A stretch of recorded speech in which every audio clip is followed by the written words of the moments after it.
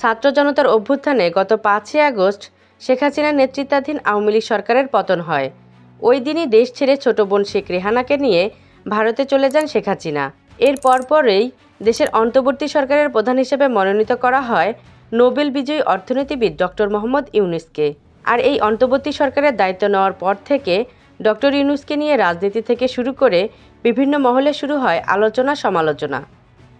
এবার ডক্টর ইউনূসকে নিয়ে ফেসবুকে বিতর্কিত পোস্ট করেছেন লালমনিরহাট জেলা প্রশাসকের নির্বাহী ম্যাজিস্ট্রেট তাপসী তাবাসসুম উর্মি।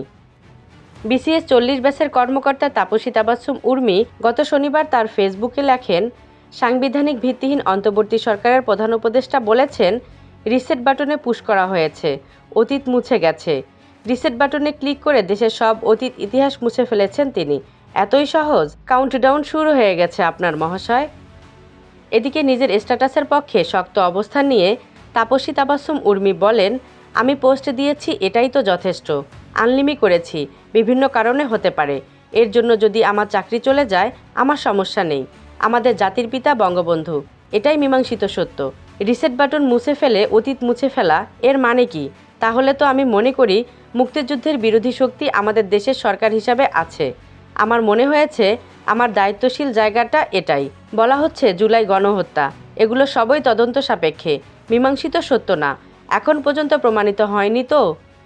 তাপসী তাবাসসুম উর্মি হলেন লালমনিরহাট জেলা প্রশাসকের নির্বাহী ম্যাজিস্ট্রেট। উর্মির এই বিতর্কিত পোস্টের পরপরেই তাকে ওএসডি করে জনপ্রশাসন মন্ত্রণালয়ে বদলি করেছে সরকার। এদিকে তাপসী তাবাসসুম উর্মির ফেসবুক আইডিতে দেখা গেছে, ছাত্র জনতার গণ অভ্যুত্থানের ক্ষমতাচ্যুত সরকারের পক্ষে অবস্থান নিয়ে বেশ কিছু স্ট্যাটাস দিয়েছেন তিনি। এছাড়া আওয়ামী লীগের পক্ষে শক্ত অবস্থান নিয়ে বেশ কিছু স্ট্যাটাস দিয়েছেন।